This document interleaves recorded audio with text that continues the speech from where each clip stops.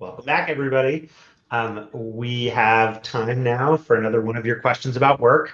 And if you're new, I'm Roy. I'm a startup investor in the future of work. Today is day, 125, I think? Is that right?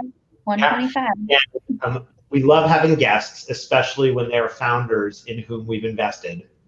And Gordon Wintrob is the co-founder and CTO of Newfront, which, if you don't know, it probably means you are not a business that has bought insurance recently, because they are a new and modern kind of insurance brokerage. And Gordon's going to help us with our theme of the week, which is all about kind of career transitions and how jobs evolve. Yeah, and so, I mean, Gordon, you are a co-founder of the company, you are the CTO, and one of the things I think would be really interesting to hear from you is this question around, if I'm the technical co-founder and as my company starts to grow, what can I expect in terms of my role and responsibilities, like shifting over time? Sure thing. Yeah, first of all, Roy and Min, thanks so much for hosting this. It's awesome that you've been keeping it up so long, and I'm honored to be here. And I also want to say for anyone listening that Bloomberg Beta has been an incredible partner from the very beginning. They're just awesome as investors. And if you're considering taking an investment from them, you should just shut up and take the money.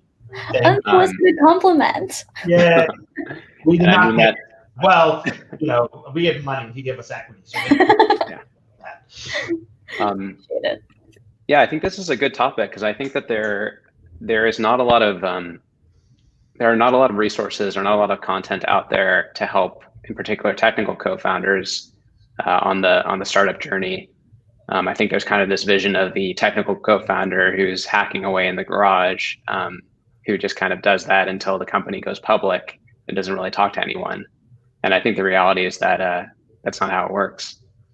For me, it's a very much a personal story. With my previous company, actually, we went through YC back in 2014, and we made every mistake out there. It was two friends from MIT. We both just figured, hey, let's write a lot of code. I don't really want to talk to customers. I'll go into YC for the dinners once a week, and it was a total failure mode there in the beginning. And so I think that going through YC was a good way to kind of force us to, hey, you need to talk to customers. You need to show week over week growth.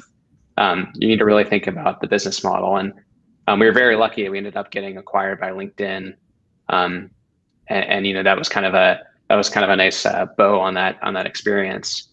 With Newfront, it's definitely been interesting kind of going from, IC doing hands-on engineering work in the beginning to managing, to now kind of being a full-time founder. I think one good example is actually early on. I think I'm trying to think about how to make this useful advice for other technical co-founders, and I think there was one moment that was really a good reminder of, hey, you're doing too much hands-on work, and it was early on. So Newfront, we're building the modern insurance brokerage, and our software is really built to empower and supercharge brokers, and so we had brokers who would join our team, and we had no way to kind of show them any sort of reporting or metrics. And one of my jobs once a week was to basically write a script that would pull some data out of a Postgres database and generate a CSV that would go to them. And it was something that I was doing every week. It was becoming more and more annoying as more brokers joined the team. And so eventually I built a broker dashboard where they could just log in and see a list of all of their clients. And this was something that it worked for about 10 minutes, and then it fell over because the way I built it was really crappy.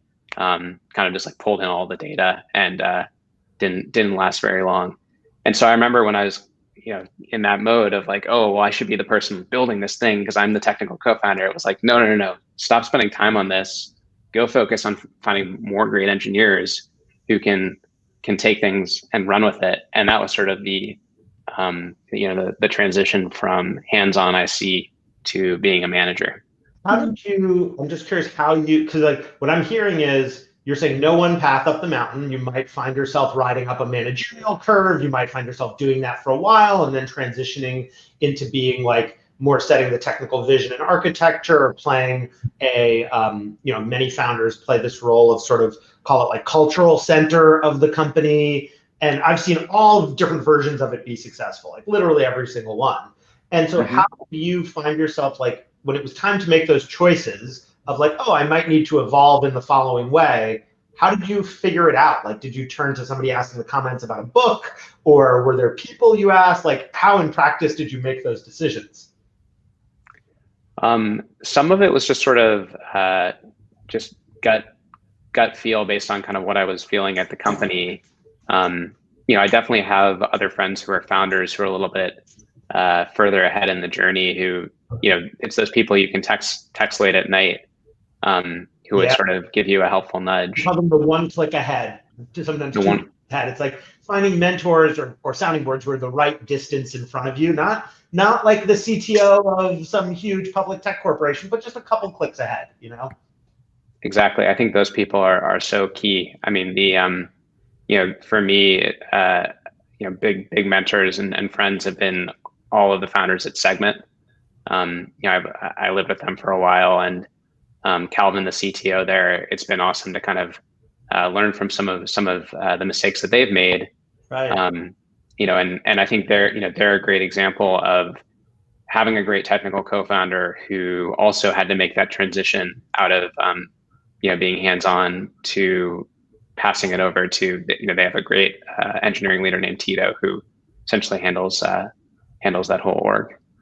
Yeah, I mean, I'll just say, I know you guys have, I think your head of growth is a Segment alum. We were just talking before we hit live on, being some of the few people remaining committed to San Francisco.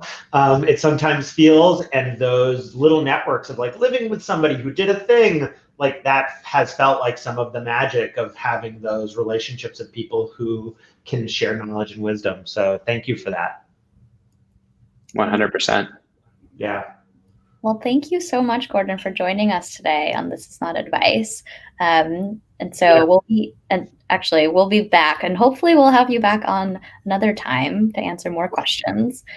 But in the meantime, yeah, I mean, thanks so much. Yeah, it's just great to hear your perspective, and just, I think in this case it's particularly good because usually we say it's not advice because you're not telling somebody else how to live their life. It's, you want them to make their own choices. In this case, what you really made clear is there is no one best path on how this evolves. There are many, many ways, and you just have solved for what you believed in your judgment was the best thing for the business at any given time. Somebody had asked about a book, and I just want to say one thing before we wrap, which is a book I found useful on these questions is Creativity Inc., which is Ed Catmull, who was a computer science professor before being the technical person at Pixar. And the reason I find the book so useful is that there is no one principle in the book. It is more like at any given moment when things come up, he thinks through, well, what should I be doing now? And it's not so much about the early stage journey. That's more about how they did Pixar over the long arc. But like, this is a trade, and the solutions as they come up are really varied. So thank you for